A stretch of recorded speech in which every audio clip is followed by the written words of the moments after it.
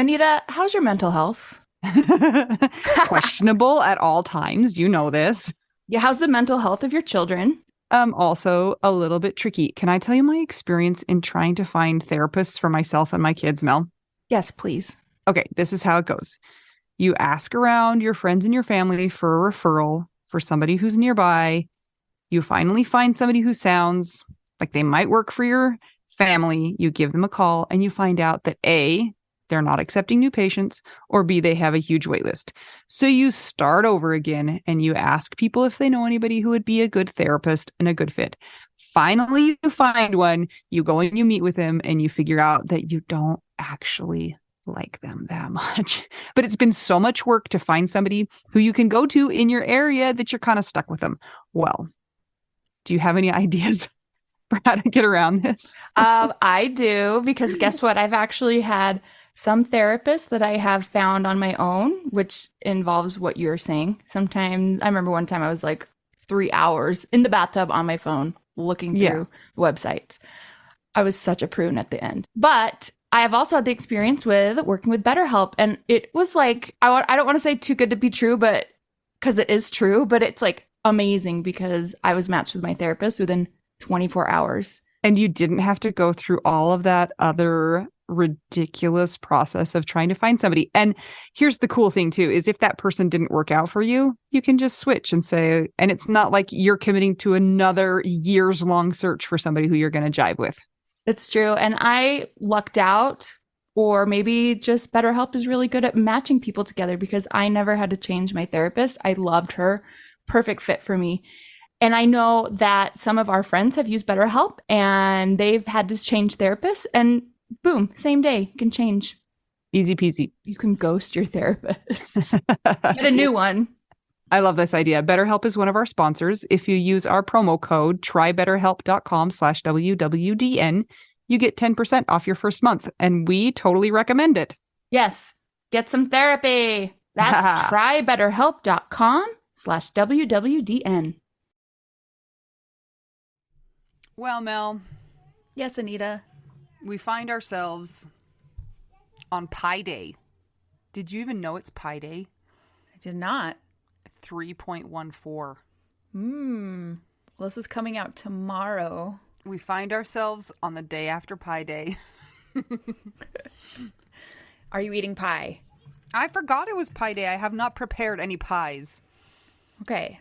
But well, I'm not eating any pies, but I want some. Do you want to not be on keto? I'll bring you some pie. No, I just want a keto pie. There's no such thing as a good keto pie. You don't know that. I know that. For a fact. What did we do last night? We had 2 amazing Zoom meetups yesterday that we were able to go to. Thanks to our friend Autumn, who headed them up. Yeah. It was kind of nice. We had a little bit smaller groups and we were able to interact a little bit and kind of figure out what's going to work going forward. So hopefully you found them useful if you were able to attend. Yes, we went to both of them and they were both different and they both were fun. Yeah. They kind of both took on their own personality. So Yes, so we are going to start something where we try to do that every second Saturday.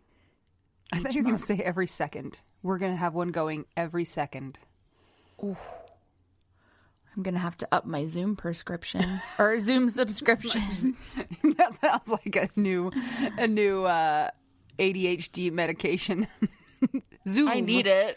Zoom for your Zoom meetings. Seriously. Yeah. Well, thanks, Autumn, especially for stepping up and helping us with those. And it was fun to meet a lot more of you. Yeah. Thanks for participating. We love meeting you. And we are always so glad to hear when it has helped you. So thanks for the feedback as well. And for those that did not join, stay tuned for our next one, and we will let you know when that is. Yep. And good news, my son who started a fire in the toaster during the first Zoom meeting, it did not catch anything else on fire. Good. Yeah. We also have some good news for both of us collectively. It's the truth. Tell them. No, you. You guys. After many, many toilings and troublings and outfits, we finally have our bank account. What? It's true. It's official. The lady from the bank called us and said, you're good to go. Now we can buy tacos. Yay! And I'm excited about that. Why don't you tell me about your week this week, Anita? Yeah, I have a cancer scan on the same day I'm supposed to go to the DMV. On the same day I'm supposed to go to the doctor. And then I have to get my tooth pulled out. Did you know that we also have a podcast interview? Yes. Doctor Day? Add that in there. I know. It's gonna all be of that's on the crazy same day. Yeah. Well, not the tooth pulling. That's the next day. Oh, okay. But still, it's going to be crazy. Yeah. I'm super nervous about the DMV. You're not nervous about the cancer doctor appointment, but you're nervous about the DMV. Tell me why. I'm worried that, they make you look in that little box. Yeah. To see if you can still see. And I'm nervous that I'm not going to be able to see. And they're going to tell me I need glasses. Actual glasses, not just blue light glasses like you have. Not just pretend glasses, but actual glasses. Why are you worried about that, Anita? Let's unpack that. I don't know. It's an unreasonable fear, but what if I find out that I, can't actually see and I'm geriatric? Well, if this helps you feel any better, and it probably won't, I couldn't see when I was in junior high, and I got these things that are kind of newfangled. They're called contacts. No. I've heard of them. Yeah. So if that happens to you, I am willing to be your support animal to help you. It means I'll have to go to the eye doctor and get a prescription and then take that prescription to a place that gives you glasses and or contacts. Do you see how many steps that is? Yeah, but do you know what else you can do? What? You can do those companies that have home try-on kits. I'm not naming names because I want them to sponsor us. They have to pay us. Okay. But I've done that before. They're awesome. So I'm here for you. I know all about the contacts and the glasses. It's going to be fine. Okay. I'll help you with all the steps. Okay, very good. Then you can start looking cool. That's just what I want. Okay, that was rude. I'm not offended. I have a couple things coming up this week that are not as scary. What? Tomorrow I'm recording video for a project I've been doing. So I laid down some piano tracks for a project, and now they just have to do the video part of it. So I have that, and then kind of just the usual. So nothing really exciting. Nothing like you, which means I'm available for you. It's good because you're going to take me to the dentist for them to pull out my naughty tooth. Oh, that's right. That's this. Yeah. Yeah. And you guys, before my husband died, having a bad tooth, I am super sensitive about my teeth. I love to floss my teeth. It's one of my favorite pastimes. And even after being a widow, never did I miss a day of flossing. That's how much I love it. So I had a crown, and it started decaying under my crown. And I didn't know that because I was busy being a widow. And then it fell off, and the dentist is like, we can't save it. So gross. Do you want to hear a story that will make you feel less gross? Yeah. My friend that does my hair, her dad's a dentist, and she's down there this weekend at his place, and he looked at her tooth. It's been bothering her, and he pulled it out, and there was pus inside. Oh. Does that make you feel better? That's about terrible. Yours? Yeah. It makes me feel like I've failed myself somehow. So I'm worried about glasses and dental and oral hygiene. Okay. Not cancer. I want you to repeat that sentence back and really internalize it. Okay.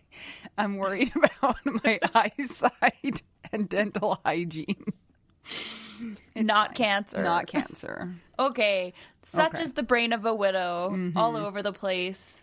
And not making any sense. What was that? Sometimes irrational. That was almost like a Moira Rose accent that just came out of my mouth. Oh, she's my favorite. Oh, man. In other news, guess what else I did today, Mel? What? I got online and first looked at Cotopaxi bags, and then I looked at headstones. What? Mm-hmm. What? You're going to die when I tell you the reason. Don't die, really. I won't. So in the United States, they're going to send us money And I was like, I should use this money to buy a headstone. Isn't that like the lamest use of the stimulus money they're going to send us? Well, for you, I would say no, it is not lame because anybody that's listened to us knows your hang-ups with headstones. So I think it's great. If the stimulus check is what's fueling you to get it done, Yeah. I support you.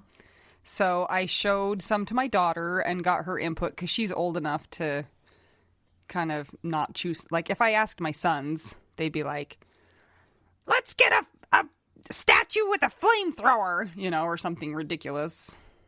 But My friend's friend got a turtle headstone, a turtle-shaped headstone. that's cool. It's really cool. I did ask my daughter if she wanted a clock tower, and she was like, yes. And then I was like, I'm joking. We can't have a clock tower. I want a wardrobe, like in Lion the Witch and the Wardrobe. And then you can open it. For your headstone? Yep. And then it takes you to Narnia. That's going to be expensive. You're going to need double the stimulus checks, at least. You know what, though? I think it's because I had a strange dream last night. Kind of a visitation dream. Ooh. Do you ever have those? Ooh. I don't know that I could say I've felt like they're visitation dreams. I've had dreams, and most of the time Jason's mad at me in the dreams. Those are most of my dreams, too. And it always shakes me up. Sometimes I have these dreams where they feel more real. And I always wonder if they are. And if the reason that I'm having them is because maybe Scott is haunting or creeping on me in the night. And then my consciousness picks it up and winds it into a dream. Or maybe I just was watching a strange show before bed. Probably any of that. A combo of both, maybe. But the thing that was interesting about it is when I was around Scott in this dream that I had last night, he wasn't mad at me. He wasn't necessarily not talking to me. He just seemed normal. And his habits were very common to Scott. So he was a kind of guy that would just hang back in the corner and wait for you to finish what you're doing and then casually approach you. And that was in my dream. But then I was bugged because I was like, you haven't seen me for how long? And I haven't seen you. You should be running up to me. Look what all I've been doing. Sweeping me up in your arms and twirling me around in circles while kissing my face. No, giving me a sandwich. And he just kind of was Scott. So Just anyway, waiting for you to get done with what you were doing. Yeah. So it was kind of nice to have a dream where he was in it, not mad at me, and he didn't feel totally jarred. Who knows what it was? Do you think that it was like a message that he is like sitting back in the corner and watching you and watching what your performance, quote unquote, in this life without him? Yeah, that actually crosses my mind a lot. And that would make sense as far as the things that happened in my dream and how I felt. I feel like that all the time. I feel like... I always feel like somebody's watching me. Like that. Yeah.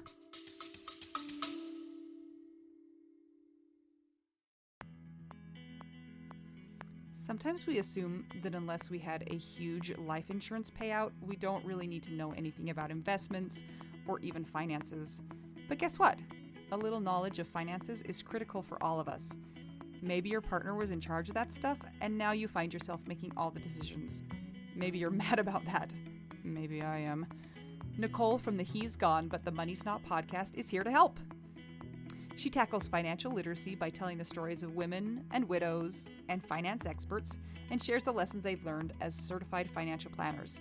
Whether you know a lot and feel confident in your financial decisions or feel unsure about all of that stuff, there is more to learn. Listen and subscribe to the He's Gone But the Money's Not podcast on all podcast platforms. This ad was paid for by Rockhouse Financial, an SEC registered investment advisor.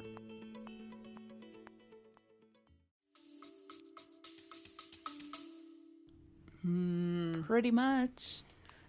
Yeah. So I don't know. Who knows what it is for real? We can't scientifically measure it.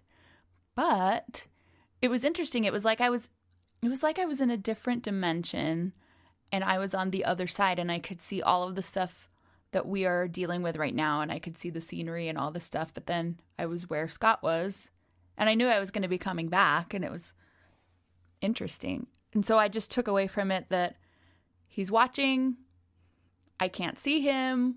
He's aware of things. And he's still not talking to me.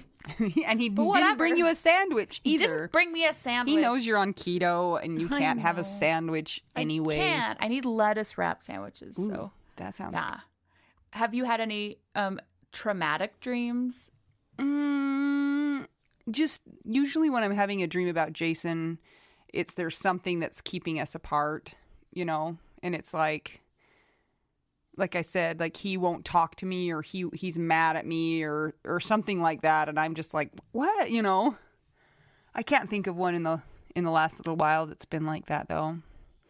I've had some wild dreams, but they've not included Jason. But you woke up and you felt like it didn't make you feel weird or upset, or I didn't feel traumatized. Did you feel comforted or nothing? Just like it just was. I felt in between normal and comforted. So when you wake up sometimes and you have a dream you want to remember and you're trying so hard, and as the day goes on it dissipates. Yes. It hasn't totally dissipated, and it's kind of fun to go back and think about it. Like I'm enjoying looking back and processing it. Yeah. So I would say a positive dream, which is a nice change over a bunch of nightmares, which I have had in the past. So yeah. Brains are interesting. So I'm going back to our Zoom meetings all of a sudden, because we had some people join us who are so newly widowed, and I'm so excited to think of these terms, but they're widow babies. And just listening to our widow baby friends. You're such a widow baby. I feel like sometimes in the new stages, we put so much pressure on ourselves to try and have everything figured out. And I'm not that far out, but even from 2 years out, I can look back and think, like, it's going to take time, and just come to terms with that and know that you don't have to have everything figured out right now. And it can look really pretty ugly for a while, and that's totally fine. Do you feel like time is just so skiwampus, especially in those early days, that's one of the reasons why we feel that we should be further along than we are, even though it's just been several weeks? Yeah, I mean, time for sure is crazy, but I also think it's that we're feeling so much pain that we just want to come up with a way to get through it quickly, or figure out how we're going to make it. And so we try and make plans, or we try and come up with tactics to try and figure out our quote unquote new normal and get to it. And it's like, you don't figure out this new normal, even though I know people have issues with that term. You don't figure that out for a while. You don't figure that out within the first few months or year. It takes probably a long time to really settle in and figure out how you're going to do it. So basically, you've been through a bombing, and now you have to clean up the rubble. I mean, even think of something physical, like a building being torn down. It takes time to clear away the debris and make up new plans and rebuild the building. And, I mean, I feel like sometimes we try and build the building before we've cleared away the rubble. It's like you gotta come to terms with living in a tent for a while, and you're camping. Mm-hmm. Sometimes you're just eating Doritos and only. Vienna sausages, which nobody wants to eat those. I like them. No, you don't. I do. Out of a can? I don't care. I don't have standards anymore, Anita. I never did. I'm okay with little Smokies, but when they're all soggy in the can, that's where I draw the line. Yeah, but I think that you're right. I think that there's just so much going on. And I am 3-ish years out, and I'm still every day like finding new things, trying to claw my way out of the hole, although it's less volatile than in the beginning, if that makes any sense. It does. I remember just really feeling like, especially with my kids, like we have to have a plan of attack. We need to have a strategy. We need to have a system. We need to have a schedule, all of these things. And looking back, it's like, nah. So to all of our widow baby friends, just know that whatever you got right now is good enough, and don't try and build too much too quick. And if that means you're breathing and you put clothes on, or even if you didn't put clothes on and you're just breathing. As long as you didn't go to the grocery store good. that way. Yeah. Otherwise, you might get arrested. Mm-hmm. Hey, Mel, should we do our Patreon shout out? Yes. To all our lovely patrons. We'll start with the dead husbands, shall we? We shall. From our secret dead husband, by the power of Grayskull, widows unite. That was the best ever. We'll continue with Constance Dahlbach, David Kelly, Don Satterwhite, Ivan Misner, Kat. Katie Kuntz. You ready for the widow wives and the widow besties? Mm-hmm.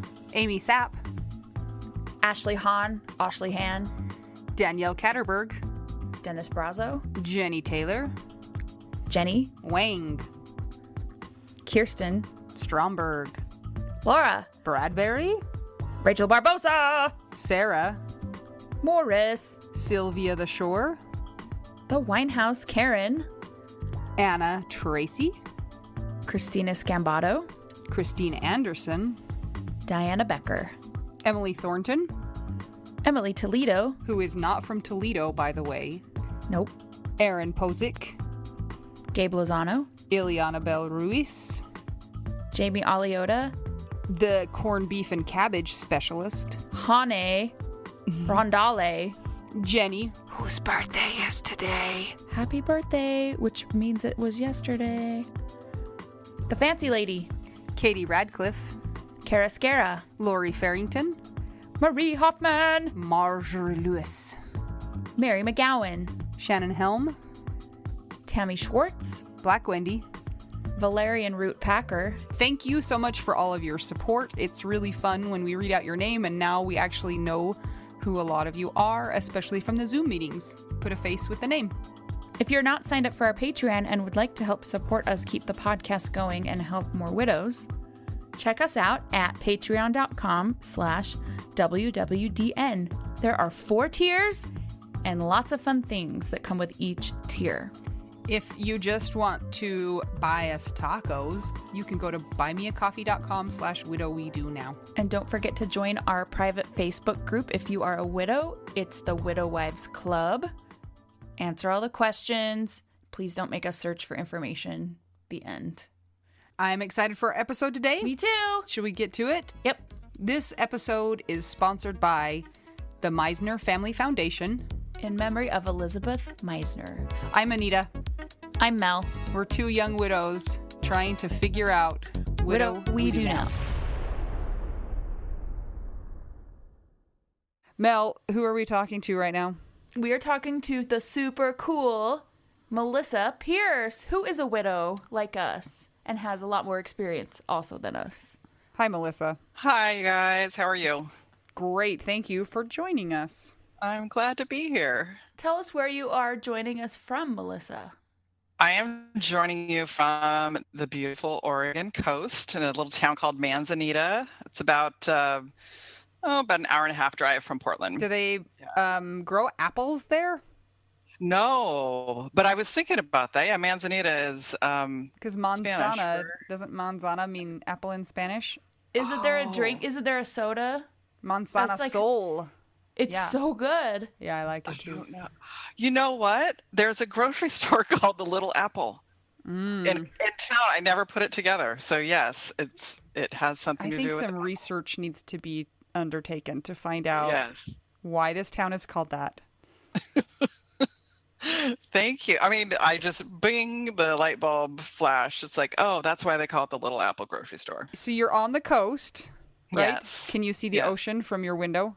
I can't. We're about a half a mile away from the ocean, but sometimes we can hear it, or I can hear it.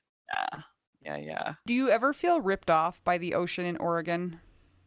Because you want it to be like 90 degrees and it's never, Actually, there's people that do swim in it. They have wetsuits, and I see them almost daily with their little boogie boards. There's actually a crew of people who are probably in their 70s, and they kind of, I guess if they could walk in slow motion, they would, because they're this gang of 70-year-olds with their wetsuits and their boogie boards, and they go out and they play in the surf and hoop and holler. It's like, gosh, I want to be like them.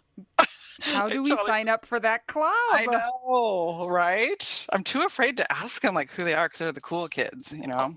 Also, the cold water, if you jump in it, it'll jumpstart your circulation, right? So maybe that's why they're so spry. Oh yeah, I never thought about that. Yes, yeah, it's quite a jolt to put your feet in that water, to get into that water. It's usually like 53 degrees, I think. That's pretty cold. That's 2 degrees colder than David Letterman's studio was. A fun fact. Were you in David Letterman's studio? Yes, and he liked to keep it at 55 degrees. It was freezing. Oh wow. Is that because he didn't want to have like pit stains in his suit? And glistening, probably. Okay, well, we have gotten ourselves derailed before we even got anywhere. I love it. Tell us about how you became a widow. Tell us your story. Well, back in 2011, it was January, and my husband Dave and our 2 kids were living in the Eastern Oregon. So I'm originally from Portland, but moved to Eastern Oregon in a little town called La Grande, because Dave was a school teacher and he got an opportunity to teach K through 12 music. And he was teaching math like his whole career, but he was a musician. He played bass and trombone and all the things, and was in bands and stuff. So he's like, oh my God, let's do this. He was from Eastern Oregon. So we thought, what a great place to raise our kids, because we had just adopted our 2 boys from the Oregon foster care system. So they were 5 and 7 when we adopted them, but when we moved, I think they were 7 and 9. So we're living in Eastern Oregon. I am a city girl, so it's really, really foreign to me to live in a smaller town. And in the eastern part of the state, you have the seasons. You've got snow, you've got, hot. You have the 4 seasons, and on the western side of the state, it's just a lot of rain. And then you usually have a beautiful summer, not too much snow.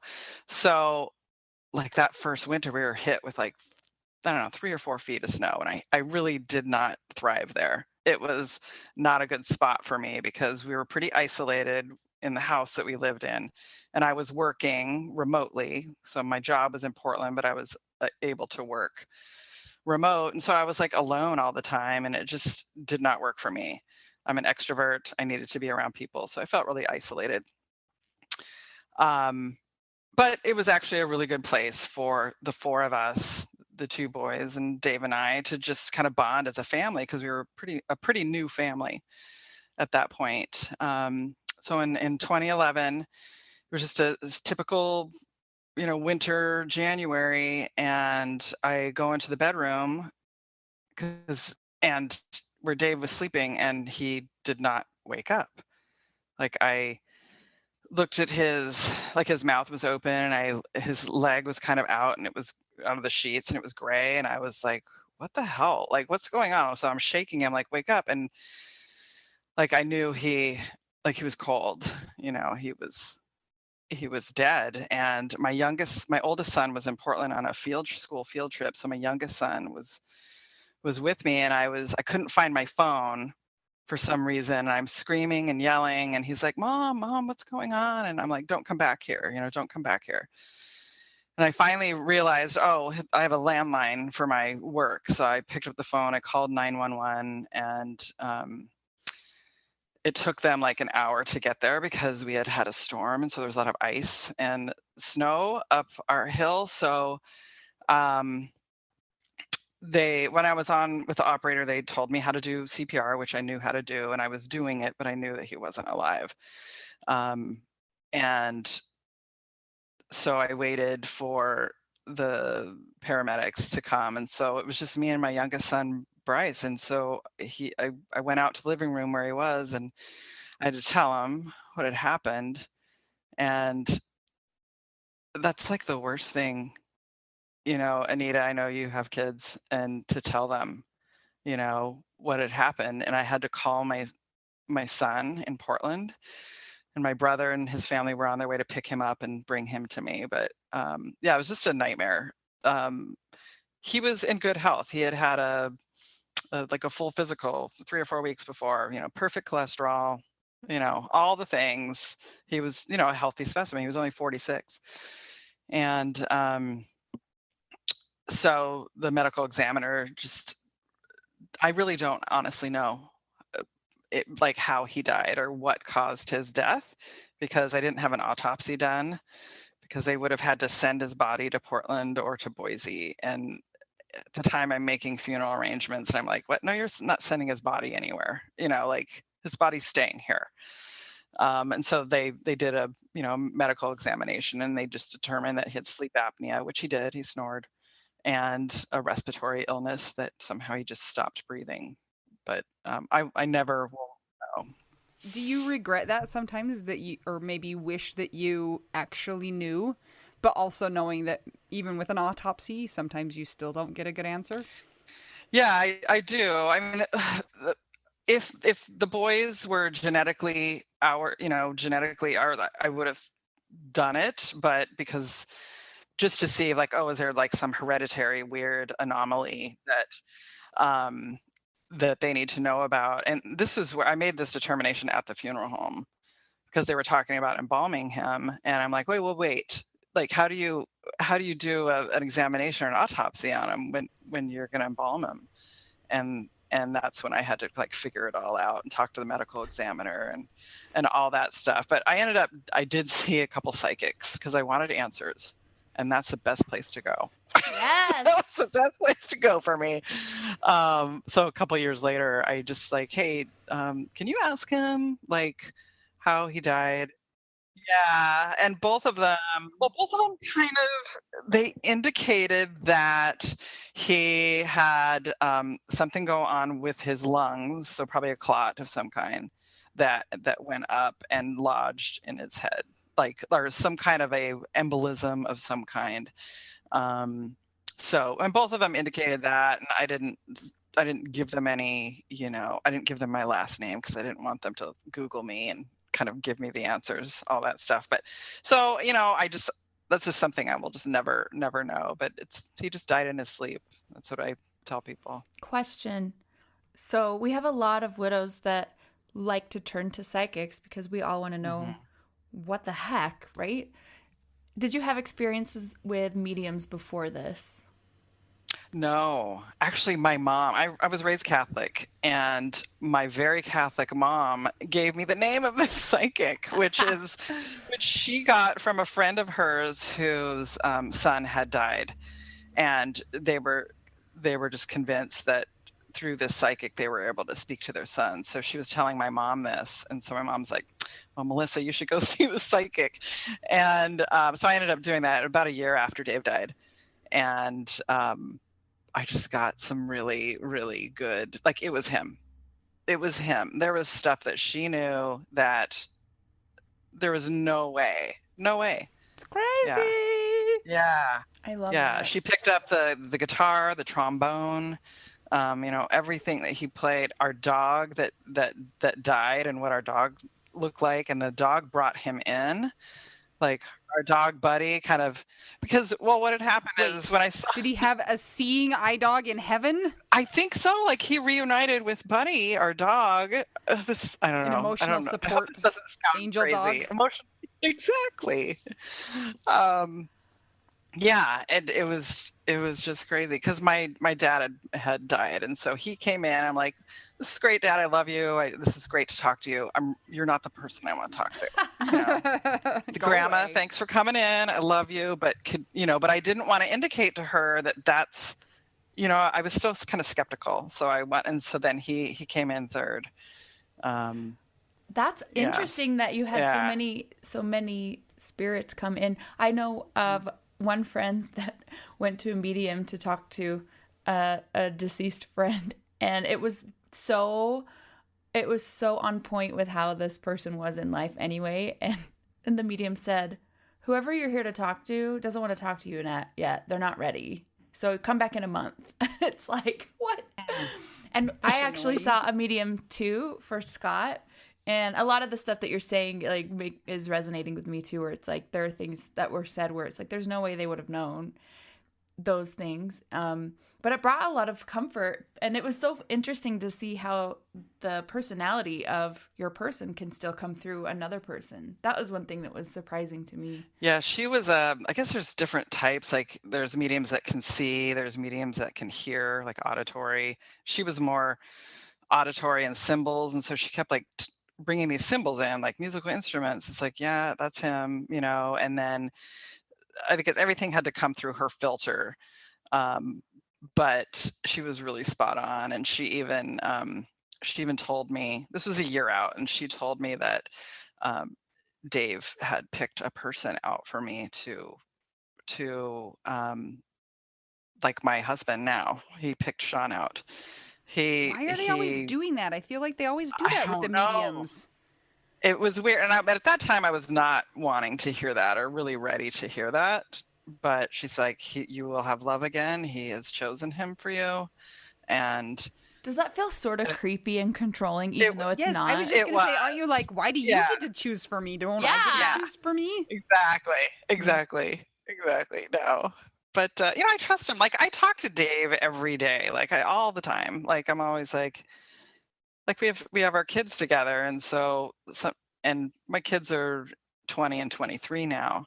But I'm always like, hey, you're still their parent. Like, you need to go talk to them, or you need to like enter their heart some way and, relay these messages to them because they still need you, and so I'll be like, hey, go talk to them about this. Have you noticed that it works? How can you tell? I don't know.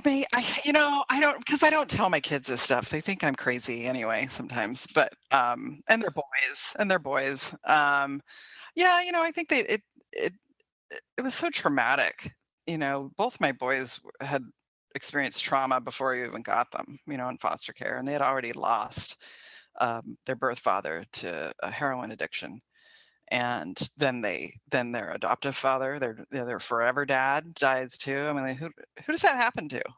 I wanted to ask about that because adopting kids through the foster system is in and of itself like a crazy, crazy journey. Do you want to tell us a little bit about how that came about, why you guys decided to foster and all of the things related? Yeah. So we got married. Dave and I got married. I think I was 34. He was 36. So, a little bit older, and we put off having, trying for kids. And then when it became time to like, hey, let's do this, at that point we're a little bit older. And so we experienced infertility, and it was like, we're not doing this. We don't do this. Yeah. We're like, this is not happening, but we wanted to have a family. Just having a family was important to us. And so it didn't really matter how that came about. And I was never like a baby crazy person. Like, I don't like holding babies. It makes me really nervous. So it wasn't important to me. I'm always like, can you hold your head up? Like, talk to me when you can hold your head up. Then I will hold you. Talk to me when you can talk to me also. Yeah, exactly. Like when you can communicate. When you're 14, come to me. Yeah, come to me. So it wasn't important to have a newborn, to adopt a newborn. So there's just so many kids in the foster care system. It's heartbreaking. And we ended up adopting our two sons. They're brothers. And so then they have two older siblings that were they're not part of the adoptable sibling group, but we're very open. We'd always been really open with all the siblings and their birth mom too. Was that the first kids that you fostered? So we went into the fostering situation with the intention to permanently adopt them, but there was 9 months where it was not certain that we could adopt them because their birth mom had not terminated her parental rights, or the state had not terminated her parental rights. So it happened around the 9th month, and then we were able to legally adopt them, and we did. I think it's kind of funny that it's 9 months, because that's the same amount of time it takes you to be like pregnant. So you have to like gestate your fostering for 9 months, and then you get a 6-year-old. Yeah. Or whatever. How old were they when you were able to adopt them? They were 5 and 7 when we first met them. So they were 6 and 8.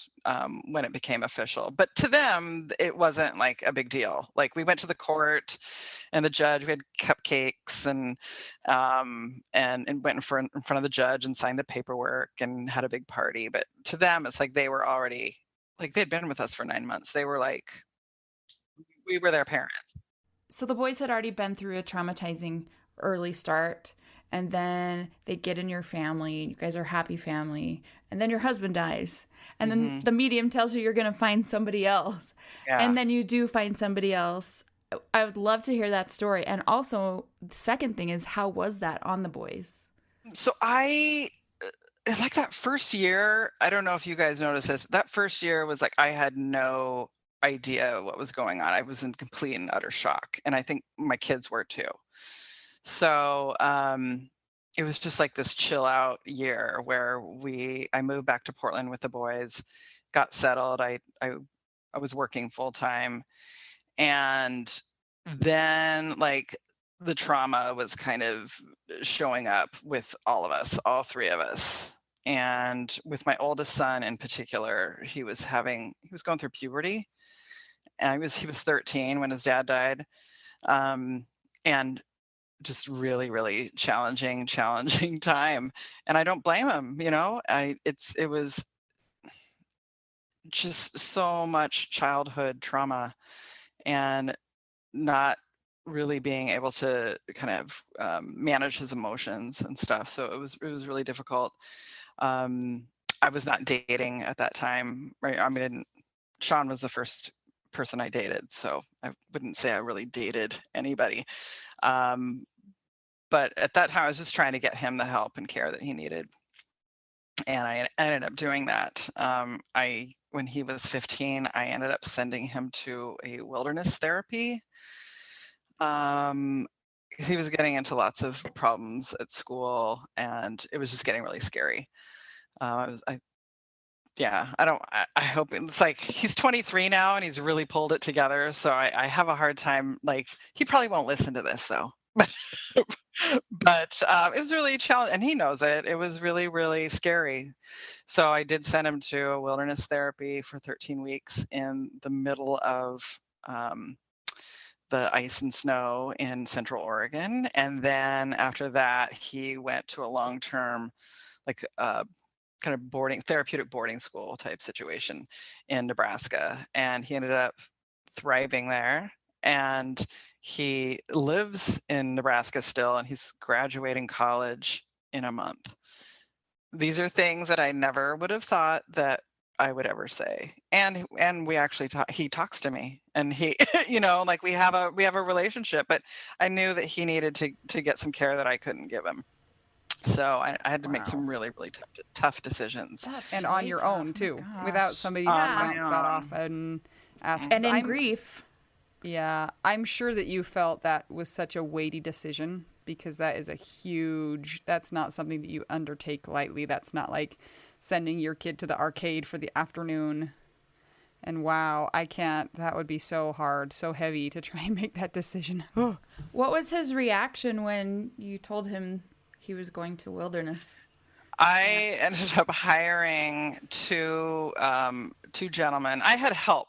I had help and support this whole way. I had these angels, I call them. They're educational consultants, but they interviewed like my family, his principals, everybody at school, his therapist, everybody, to get a good picture of what was going on, and then to be able to give me recommendations on good placements for him. And they suggested that I did not tell him. So I hired, based on their recommendation, I hired two gentlemen to wake him up along with me, like at 4 a.m, and tell him what was happening, where he was going, and that these two guys were safe. And they told me to leave, and they packed up. I gave them the 13 pairs of underwear that they told me to pack for him. That's not a good amount. That doesn't even give you 2 weeks. Wait, just one per week? That's stanky. Yeah, one per week. And then they drove for 3 hours to Central Oregon, and it's a wilderness therapy setting. And so there's therapists, there's there's, lots of support, and it's just basically to just shock the system because he was just shut down. He was just completely and utterly shut down. And it was scary. I was really scared for him. I was really, really scared for him. But I also knew at that point, I was just trusting my gut. I was doing so much self-care, and I was able to really tap into just trusting my decisions, not listening to anybody else, because lots of people have opinions. And I just relied on myself. And I talked to Dave a lot, just like, hey, please put the right people in my path. Give me the right book. Give me the right, help me help our kid. And it happened. Like, beautiful people showed up, beautiful supporting people, his therapists, all the people that helped us and held our hand all the way through, because I asked for it. I'm just like, this, he can't suffer anymore. Like, we need to, like, I'm spiritual. So like, what in the spirit realm and in the earthly realm, please, whoever can help. And help is not something that I really like to ask for. But at that point, I was like, get over yourself, Melissa. Ask for help. I'm just listening to you tell this story, and I'm kind of in awe because it's been, 10 years since your husband died, and you're talking about it really calmly, and you're talking about it like just really factually and like it happened. But the things that you're talking about are so heavy duty, and I can imagine that while you were going through those things, that it didn't feel so clinical. No. And so No. I mean, Yeah. so neutral, that back then you went through hell and seemed to have come out on the other side. Is that fair to say? That is absolutely fair to say. Yeah, during those times, those were really dark times. I was worried about my youngest son because he was just kind of background, like, because I was so focused on my oldest son, and my youngest son was kind of suffering, and I didn't really realize that until my oldest son was out of the house, and then I could attend to my youngest. But yeah, at that time, people tell me afterwards that like we were really worried about you. Like, we were really, and I was not working at that time. I decided to leave my job and just be a full-time mom and go back to school because, thank God I was able to. What were you going to school for? Originally I wanted to be a nurse. Like that's originally what I wanted to be, and not a paralegal, which is what I did. Those two things are not the same. Not the same at all. I know, but I wanted to help, like, be in some kind of a helping profession, or I don't know. I was just really called to serve or something, and so I did. Otherwise, maybe you would have gone to magician school, right?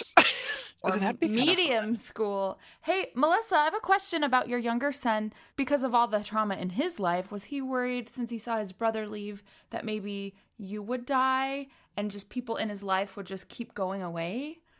Yeah, I think for me, I was so aware of keeping my shit together because, like, so when their birth father died, from what I understand, everything went downhill, and then they went into foster care, and they were removed from their birth family. So all this turmoil. So I wanted to show them that, hey, kids, don't worry about this. Mom's got this. Everything's under control.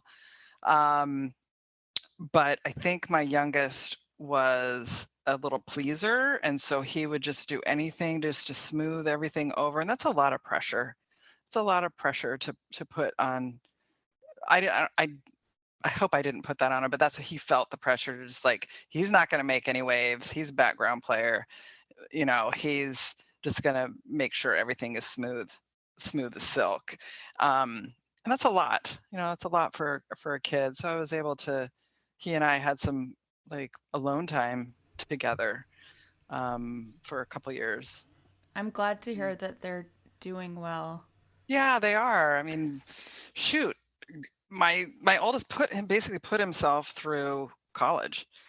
like on his own. He ended up getting a great scholarship, and he's studying business, and he just kind of wants to do it all on his own. And my youngest is working full time, and he's self-supportive, and that's really like That that's sounds like really kind of success how to you me. want. Yeah, I mean that's what you want your kids to do. You want them to Yeah. be self-sufficient and be able to support themselves, and so they're doing it, That's which awesome. is That yeah. gives me some hope as I'm in the, in more of the soup right now, trying to make sure that we come out on the other side with functional adults Yes. and a functional Yeah. mom also. Yeah. So tell us when and how you met your chapter 2. So it was about 2 years after Dave died, and I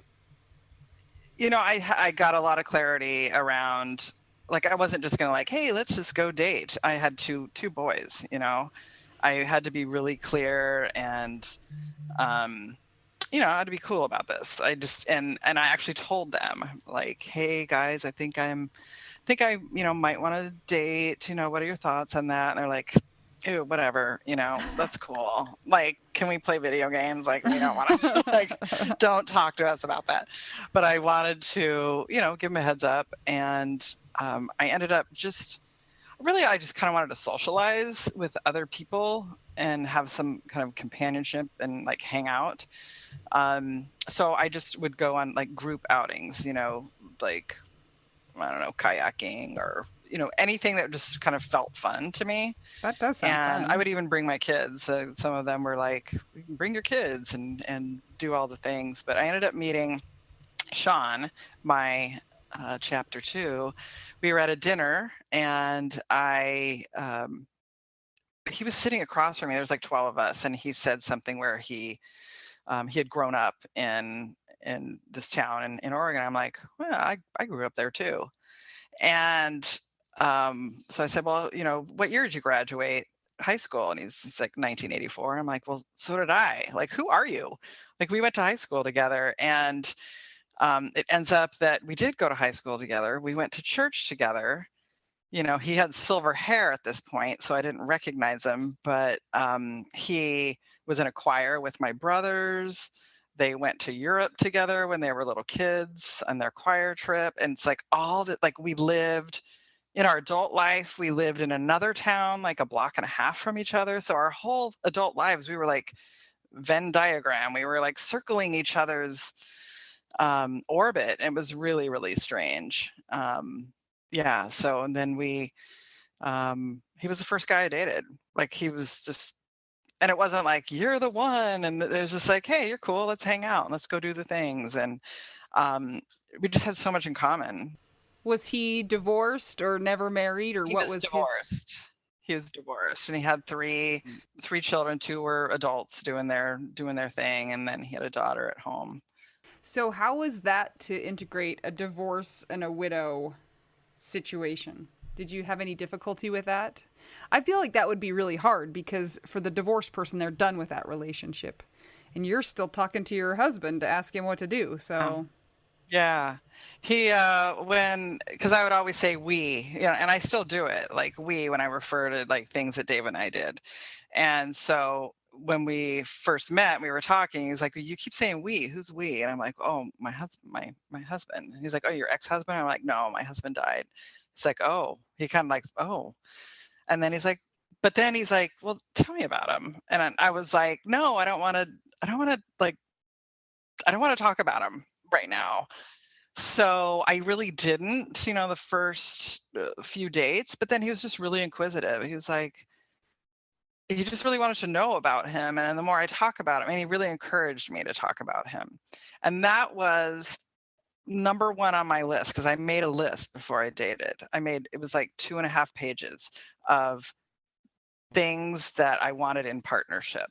If I was going to be in or date or partnership or whatever, these are the things, and a lot of them were deal breakers. And number 1 was, he has to respect my relationship with my husband. Like, I have 2 husbands. I have my husband who died, and I have my husband in this life. But he's got to respect that and be okay with it. And if he's not, that's fine, but you're not for me. And he would just really, like, I have pictures of Dave in the house, and he, my youngest accepted him, Sean, as like his parent. So he knows he has a dad who died, but he also really likes that father figure energy. And so he considers Sean his parent. He's My had oldest, like a billion parents. He had like 3 dads. I know. Like, actually, that's kind of cool. You know, like you have 3 dudes who really cared about you and and loved you and support you. So, yeah. It's so nice to hear when there are men out there that are open to being with a widow and that not only are okay with pictures being up, but encourage you to talk about it. Or we hear some stories like that, and I don't even know if I would be able to do that for somebody else. You know, that's a huge thing in a relationship. So props to all those good guys out there. Yeah. It's just a lot of very gracious. Again, like I don't like Mel. I don't know if I would be that cool about it, but he's really secure in who he is, and we have Google calendars, a shared Google calendar, and he put in all the anniversary dates, the death anniversary. It's because he wanted to remember them, and he didn't want to have to remember them in his brain. He didn't want to be responsible for, like, why is Melissa freaking out today? That's the whole thing. It's like, okay, so if I know this a week in advance, I know that, like, why she's freaking out or why she is, you know, in the mood that she's in or whatever. But it's just really thoughtful. It's like, wow. Yeah, cool. It's amazing to see that he doesn't avoid it and just is like, well, that guy's dead. Like, let me just pretend that it doesn't exist and have Melissa all to myself. Yeah. He's a cool guy. How did the integration go with his kids and your kids? You said that 2 of them were adults, but did they kind of join into your family, or were they more kind of on their own, so it didn't kind of have that vibe to it? Or tell us about that. So his youngest daughter was living with him, and so we kind of it was like 4 years after Dave died, we combined households. We lived together. And so it was my youngest and his youngest, and it was a little rough because his daughter has a mom, and then I was kind of the parent, role. So, but we worked our way through it. We did some counseling, and I read some really good books. One called Step Monster. Which I guess I'm the step monster, but it was really enlightening to kind of like dig into, like, oh, okay, this makes sense why she's behaving the way she is. And it's so hard. Yeah. How old was she when you guys got married? She was 16. Yeah. Oh, that's just hard. Yeah. It's hard to be a human when you're 16. Things are hard. Ugh. But we have she calls me her parent, all of our kids get along, all of our, extended families. My mom and Sean's mom are like best friends, and they go walk and they do all the things. I thought you were going to say water skiing, and I was going to be like, oh my God. They're the ones at the beach with the boogie boards. They're the cool kids. So, Melissa, you wrote a book. I did. When? I wrote it in, let me see. I started it in 2016. It took me about a year with some help, and I published it in 2017. But it's just about the extraordinary experience. It's the very first page starts with the day I met my kids, and kind of goes on to, moving through time and Dave's death, and, how I moved myself and my kids through this, unimaginable time.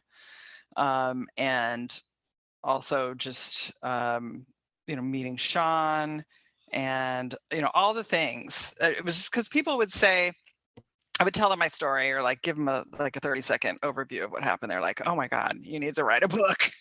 Like that's a bit much. And so I thought, yeah, I should write a book. Just to get it down was cathartic. And also I think it's kind of helpful because there weren't a ton of books for me to read. What is the name of your book, Melissa? It's called Filled with Gold. And what that means to me is there's the Japanese art of kintsugi. I don't know if you know about that. So like when pottery breaks, the Japanese artisan puts the pieces back together with like gold or silver lacquer.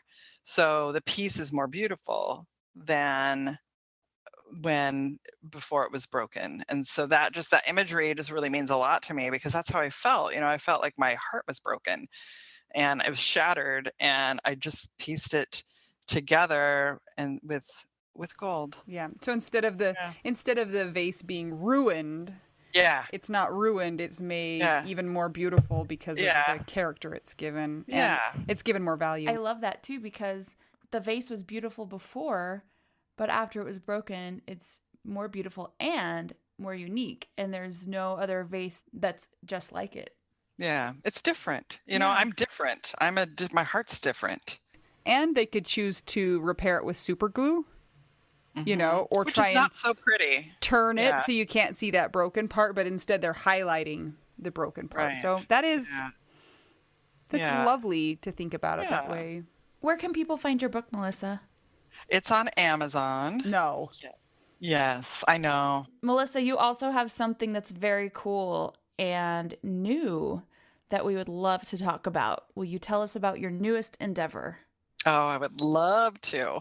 Like, who starts a business during a pandemic? I guess I do. Yeah, and you do. I mean, people are doing it, but I was like, I just want to serve. I just want to like help widows move through this awful time, and just also know that it does get better. Like, you can feel better. It does take some time, but what really did it for me was self-care.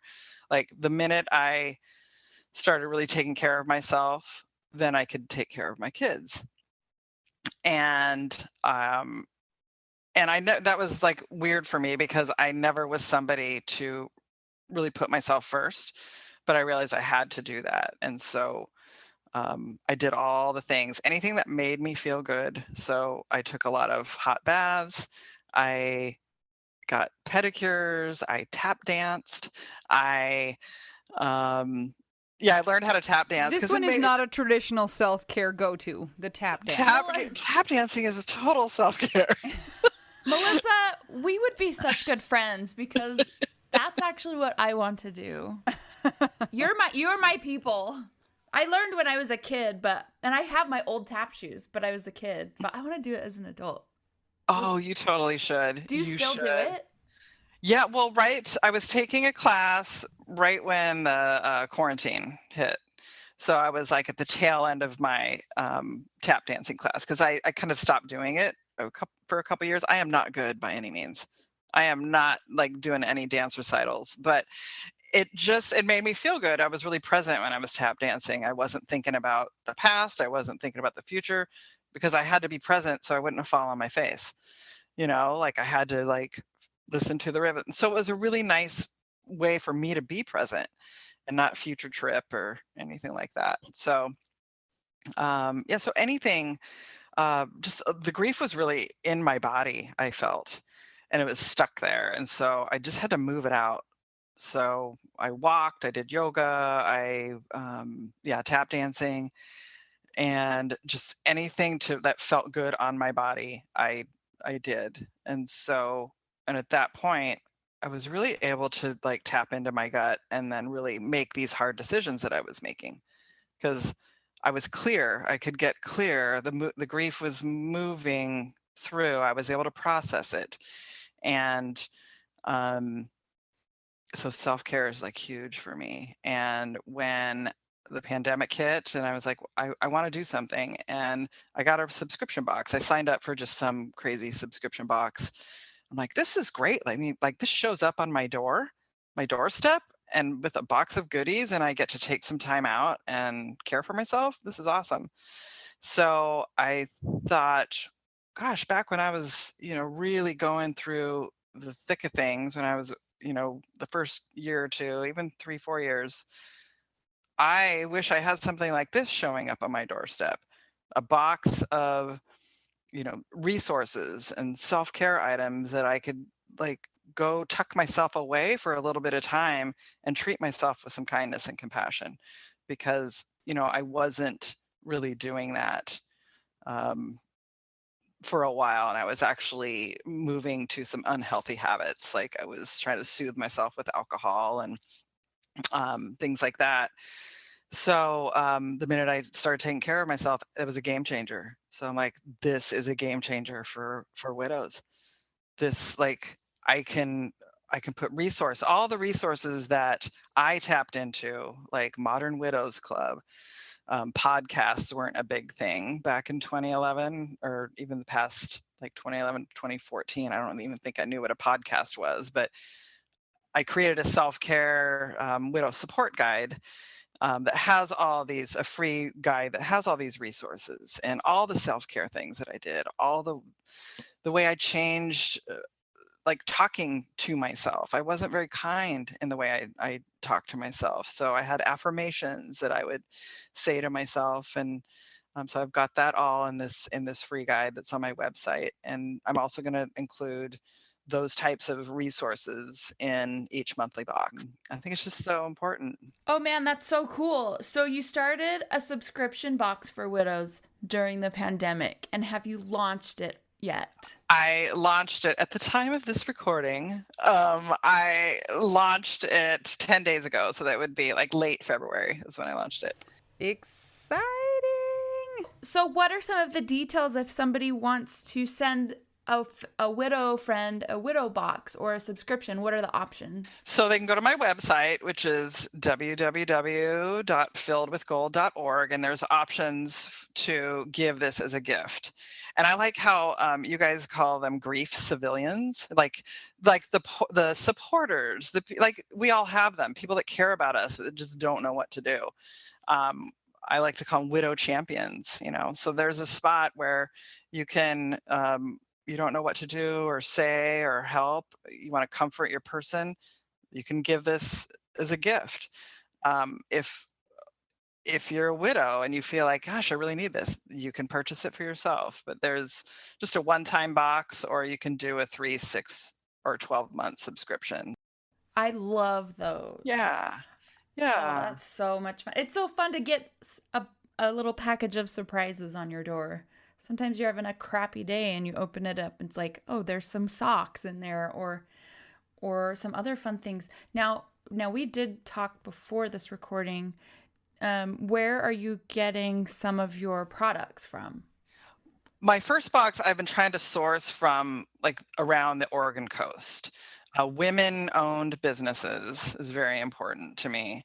And I'm trying to figure out how to tap into the widows who make the things. I know there's widows that make soaps and body care products, books.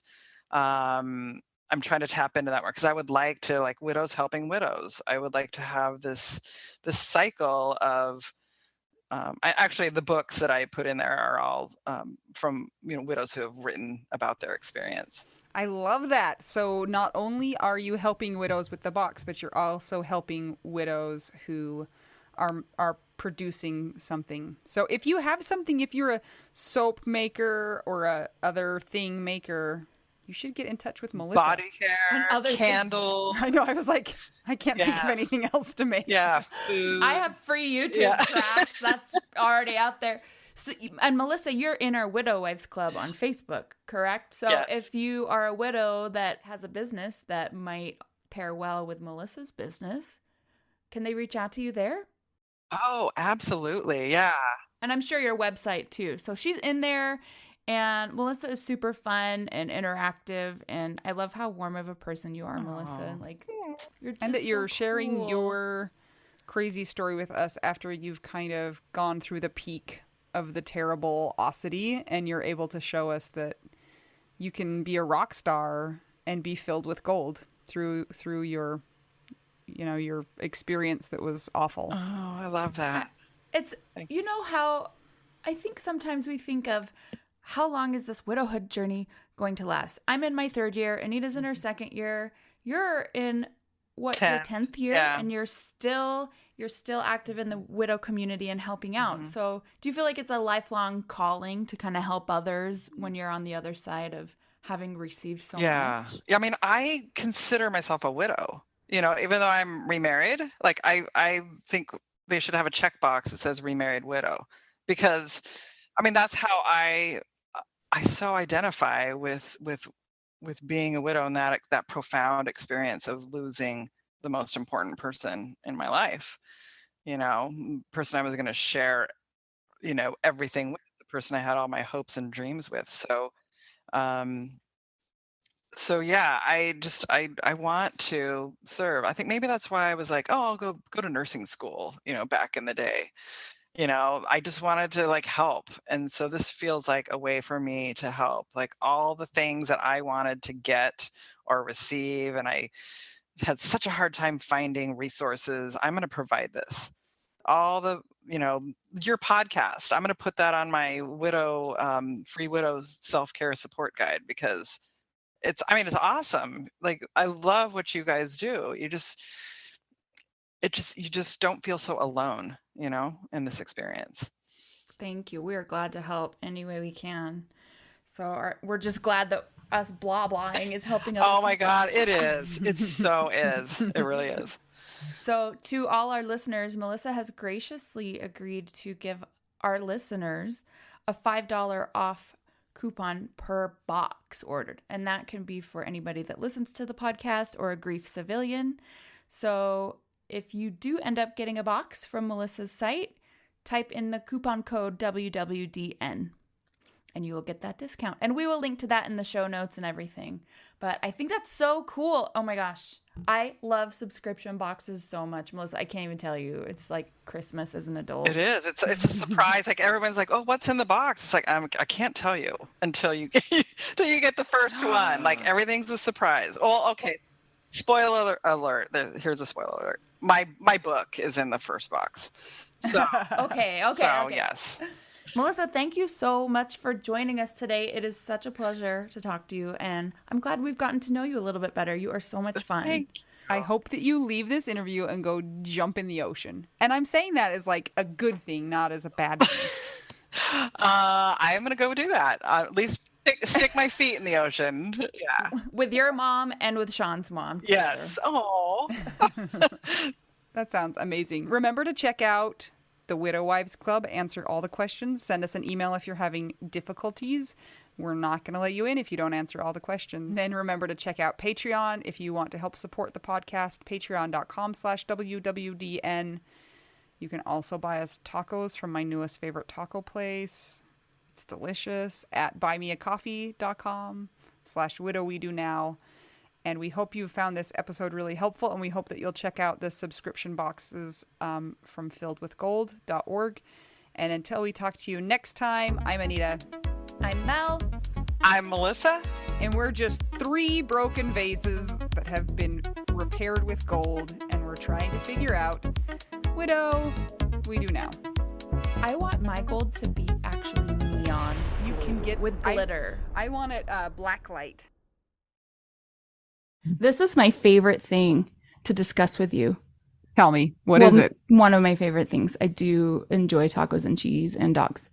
This is about how you cannot pay hundreds and hundreds of dollars for a phone plan, especially when you're a widow, your person is dead, you might have kids, you might need another option, and you just want your phone to work, you want unlimited texting and service, and you want it to be like $25 a month. It blows my mind that they have plans that start at $15 a month. That is so cheap. And the cool thing is it uses other 5G networks, and so you don't have to pay extra for that, and you still get great service. Yep. Anita and I have traveled all over, and I have used my phone. So I highly recommend it. And my mom's even on it. When my dad died, we put his phone down to the cheapest plan, which is $15 a month. And I think my mom's on the $20 a month plan, and it's so worth it. It's so much cheaper than what we were all paying before. So I highly recommend it. If you're on a budget or not, who cares? Ryan Reynolds is in charge of the company, and they send you free stickers with Ryan Reynolds temporary tattoos. It's kind of the best. So if somebody wants to sign up, what can they do, Anita? Go to trymintmobile.com/WWDN. Seriously, you guys. Such a great idea. Save yourself some money. And if you're worried about losing data or having any changes with your phone, not going to happen. They walk you through it. Everything's fine. It's the easiest process of all time. Again, that's TryMintMobile.com/WWDN.